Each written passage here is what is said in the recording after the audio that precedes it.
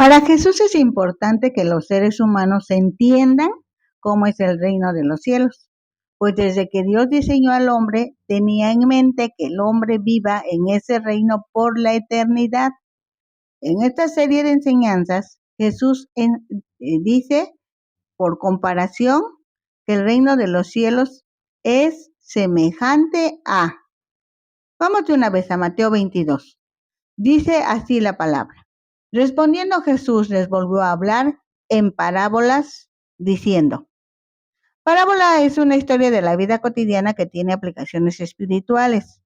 Jesús usó mucho este método de enseñanza. Dice Mateo 22:2, el reino de los cielos es semejante a un rey que hizo fiesta de bodas a su hijo. Dice que Juan, llamado el Bautista, inició su ministerio como el último profeta del Antiguo Testamento.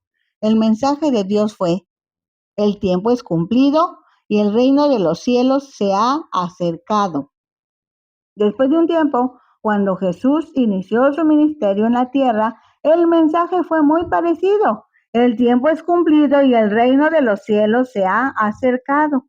Esto es, llegó el momento en que Dios, según su plan eterno, tomó forma humana y vino a la tierra en la persona de Jesús para enseñarle a la humanidad quién es Dios, cómo es Dios, pero sobre todo hacer énfasis en que Dios hizo al hombre para que viva por la eternidad con Cristo en su trono de gloria, en el reino de los cielos.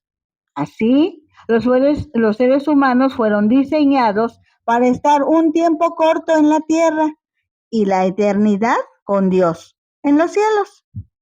Por muchos años buscó la cercanía con el ser humano. En la carta a los Hebreos, el escritor dice que Dios, habiendo hablado muchas veces y de muchas maneras a los padres por medio de los profetas, en un momento determinado envió a su propio Hijo para que al morir en la cruz y resucitar de entre los muertos, pudiera recuperar a la humanidad, pues por el pecado estaba separada de Dios. En este pasaje, Jesús está a punto de ser crucificado y sigue enseñando sobre el reino de los cielos. Aquí utiliza una figura muy conocida entre los judíos, la fiesta de bodas. El rey que organiza la fiesta es Dios mismo y el Hijo es Jesús. Dice Mateo 22:3, y envió a sus siervos a llamar a los convidados a las bodas, mas estos no quisieron venir. En la cultura judía de ese tiempo se esperaban 2 invitaciones cuando se organizaba un banquete de bodas. La primera solicitaba la presencia del invitado. La segunda invitación indicaba que todo estaba listo, que debían acudir, pues ya tenían la primera invitación, ya estaban avisados.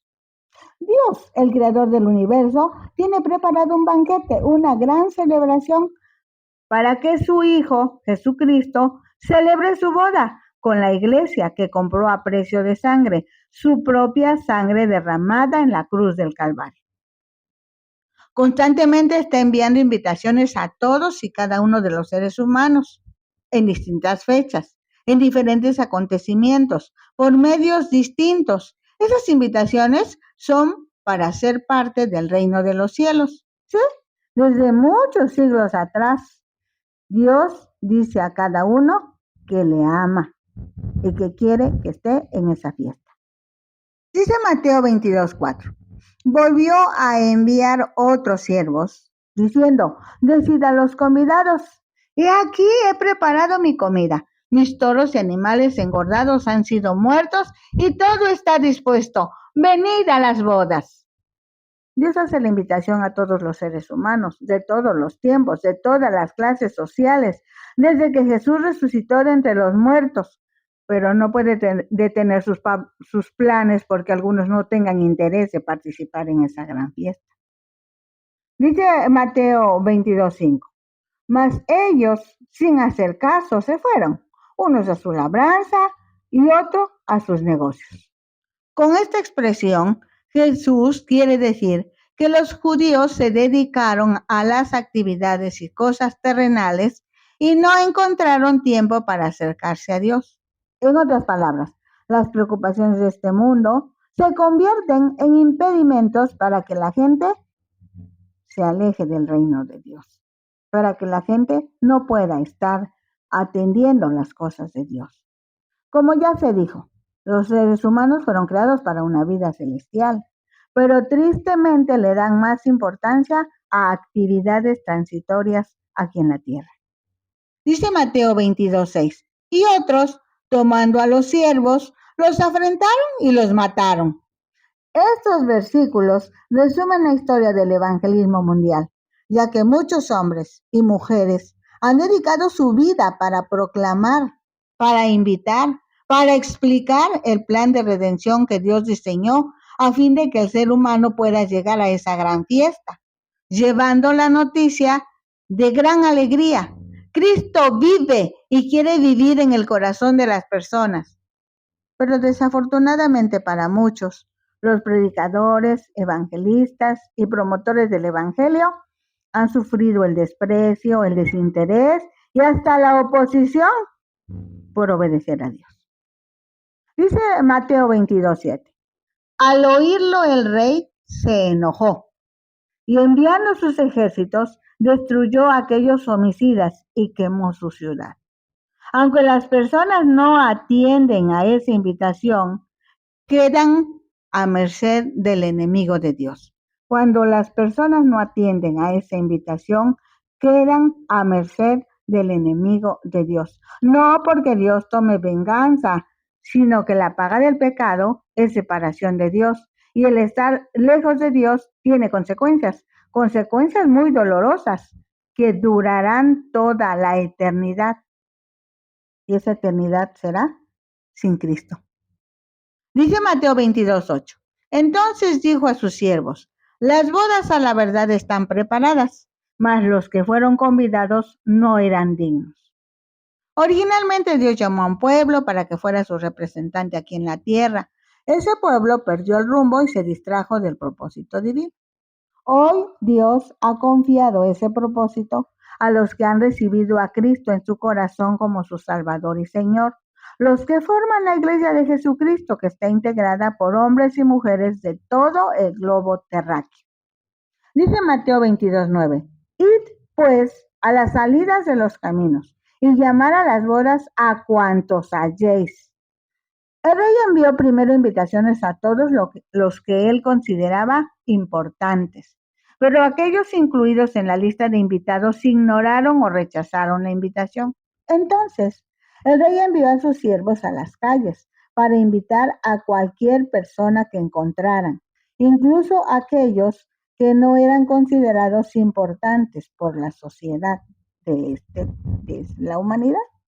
Esa fiesta de bodas es la oportunidad de salvación que debe ser ofrecida a todos, sin importar raza, posición social, educación o zona geográfica. Para los que ya son salvos por gracia, la invitación es a compartir la fe cristiana con aquellos que no la conocen o no la comprenden, para cumplir con la comisión que Jesús dejó para sus discípulos, y a su vez hacer discípulos a todas las naciones. Dice Mateo 22:10, y saliendo los siervos por los caminos, juntaron a todos los que hallaron, juntamente malos y buenos, y las bodas fueron llenas de convidados. Los siervos salieron por los caminos, caminos en plural, por muchos lugares, buscando personas, y las hallaron, a todos y cada uno de los que encontraron, sin hacer distinciones, todos cuantos fueron hallados. La expresión malos y buenos se refiere a una clasificación tomando como base las normas humanas, pues para Dios todos los humanos somos pecadores, pero a los escribas y fariseos les extrañaba que Jesús y sus discípulos comieran y bebieran con los publicanos y pecadores, pues para ellos estas personas tenían la calidad de inmundos y según la ley de Moisés no debían juntarse con ellos porque los contaminaban. Si alguien lo quiere comprobar, está en Lucas 5:30. Ahora bien, para Dios, los escribas y fariseos también eran pecadores. Pues según la expresión de Dios, por cuanto todos pecaron, están destituidos de la gloria de Dios, están fuera de la gloria de Dios. Así que todos los hombres que, según los judíos, eran malos, ¿quiénes eran? Los publicanos, las rameras y los gentiles. Los gentiles son todos los no judíos, o sea, el resto de la humanidad también son invitados. Para Dios también son importantes.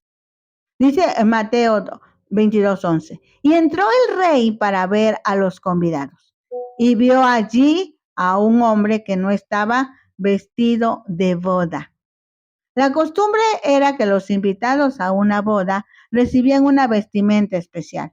No podía rechazarse esa vestimenta, pues representaba la distinción de haber sido invitado. Por eso resultaba un insulto al anfitrión. Jesús se refiere al vestido de justicia que se necesita para entrar en el banquete de Dios en el reino. Esa ropa es una figura de la aceptación total que se da ante los ojos de Dios a cada creyente en Cristo. Pues en Cristo, cada hijo de Dios realmente es una nueva criatura, tiene nuevo ropaje, tiene nuevo nombre, tiene nueva naturaleza, tiene vida eterna.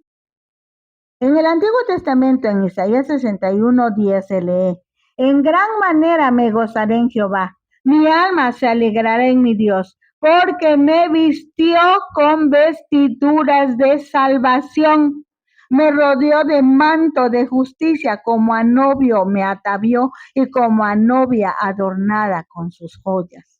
Preciosa palabra profética desde Isaías 800 años antes de Cristo.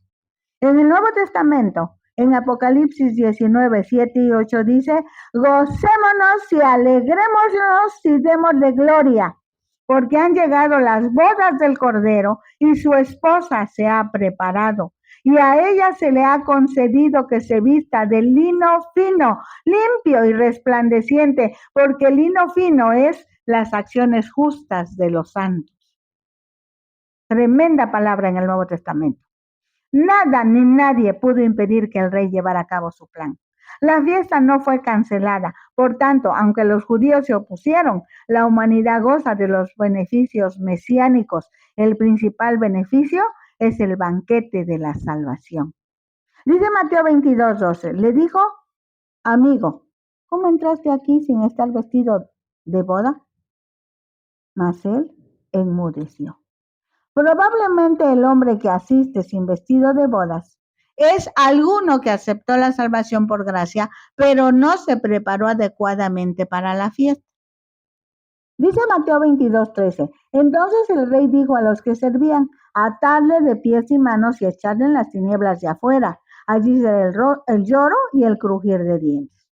Hoy no solo se deben ver las consecuencias de la desobediencia, todavía hay tiempo para aceptar la invitación divina a fin de recibir la gracia de Dios a favor de cada persona y a partir de este momento estar conscientes de la necesidad de prepararse espiritual, moral y físicamente para que en el momento en que se convoque a la fiesta podamos participar.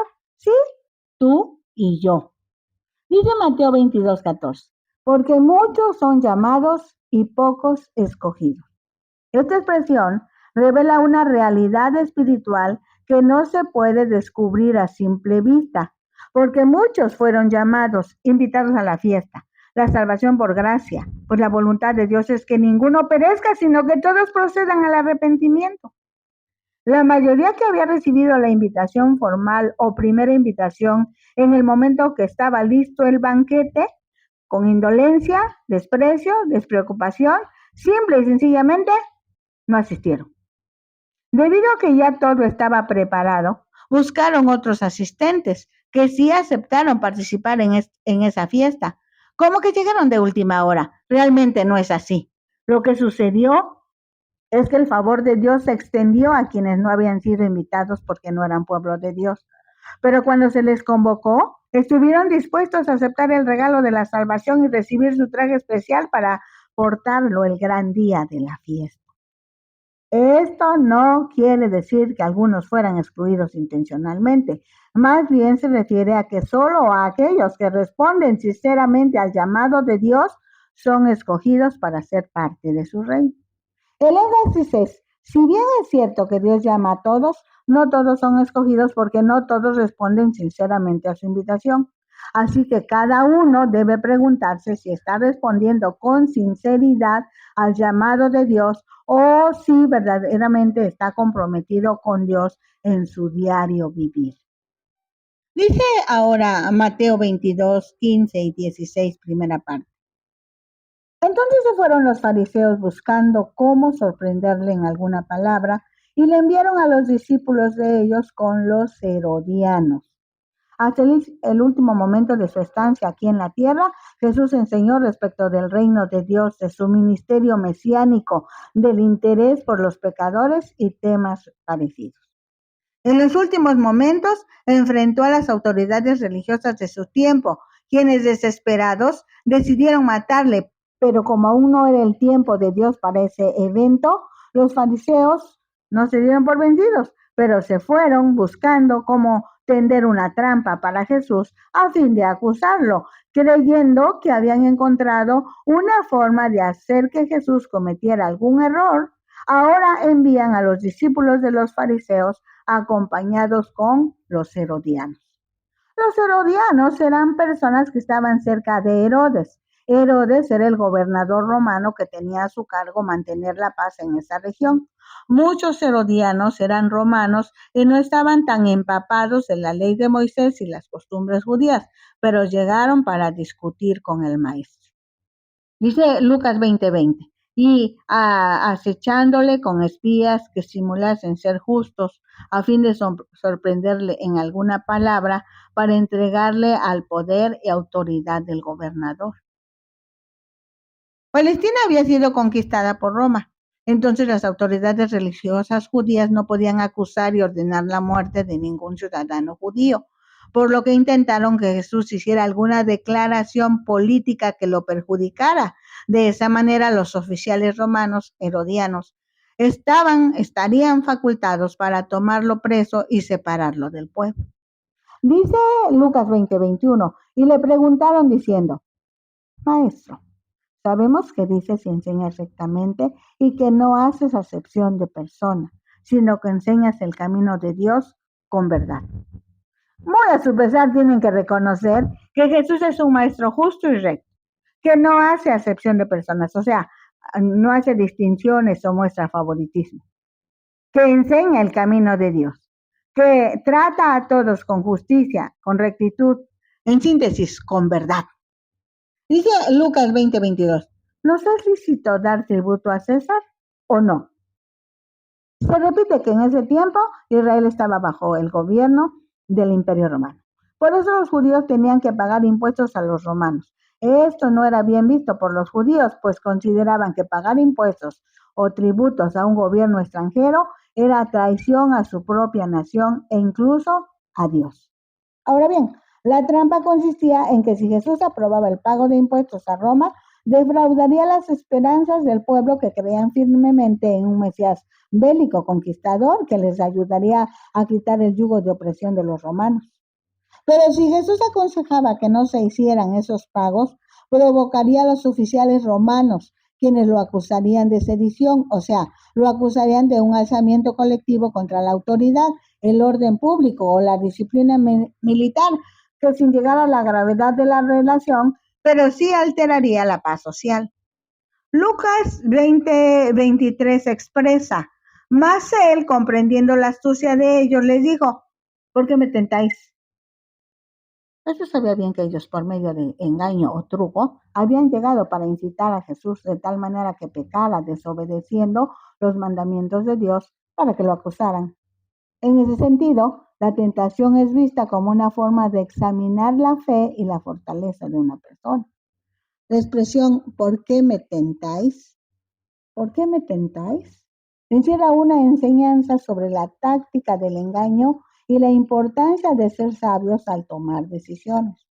Las convicciones y principios son indispensables, pues en ocasiones se tendrá que ir en contra de la opinión popular o enfrentarse a situaciones difíciles, muy difíciles. La sabiduría es esencial para detectar y evitar situaciones engañosas que logren afectar emocional y espiritualmente. Dice Lucas 20:24, mostradme la moneda. ¿De quién tienen la imagen y la inscripción? Y respondiendo dijeron, de César. Jesús está en el templo de Jerusalén. Considerando que el pago del tributo estaba relacionado con las monedas, Jesús les pide una moneda. Con la moneda en la mano, de manera natural, les pregunta de quién es la imagen y la inscripción. Precisamente le presentaron un denario, una moneda romana. Esa moneda tenía la imagen del emperador. Al emperador se le conocía con el nombre de César. Entonces la clave era que tenía la imagen y la inscripción de César y por consecuencia pertenecía al César.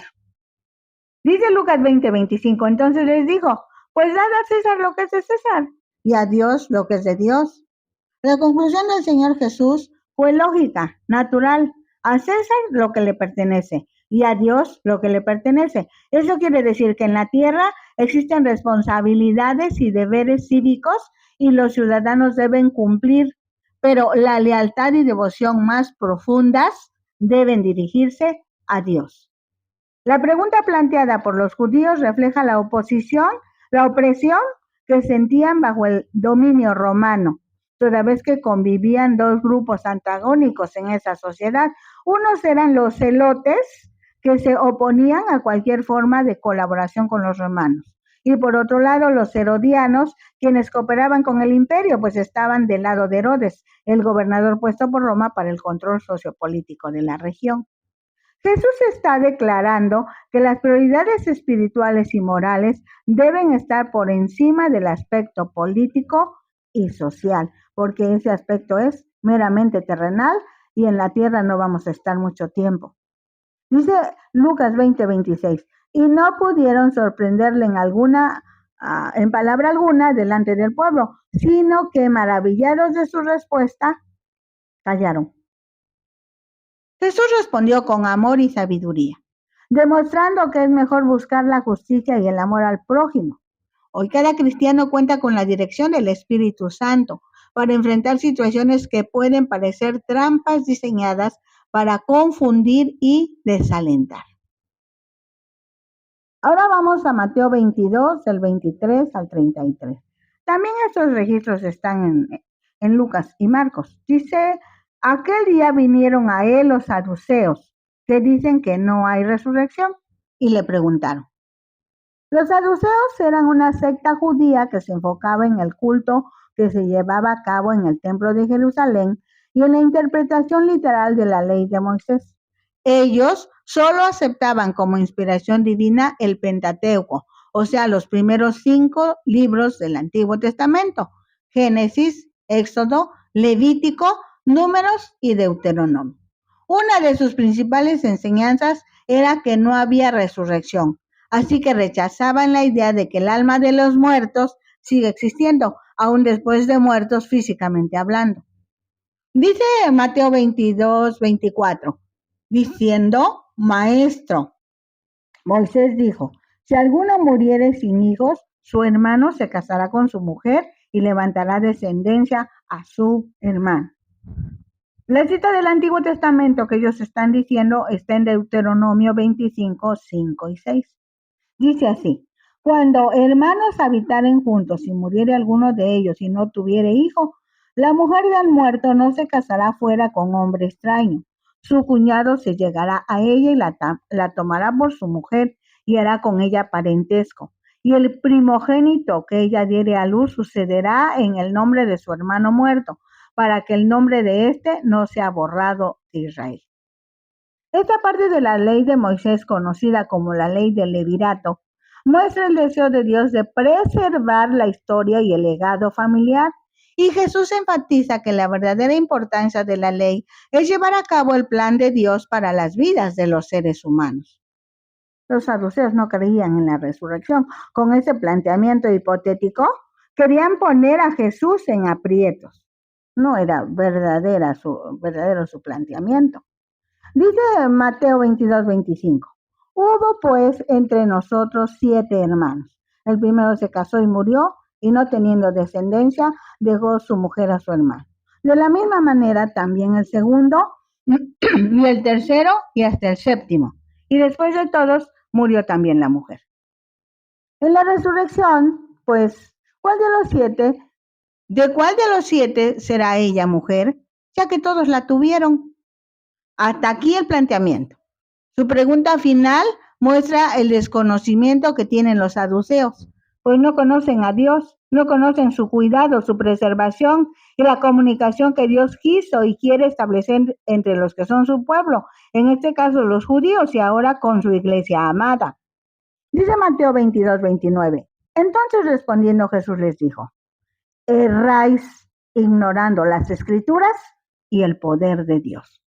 La respuesta de Jesús es puntual, no están en lo cierto. En este asunto de la resurrección, ustedes, saduceos, andan sin rumbo. Su planteamiento está equivocado porque no están tomando en cuenta asuntos tan importantes como la confianza en Dios, que puede hacer milagros y quitar la esterilidad, ya sea de la mujer o de su pareja.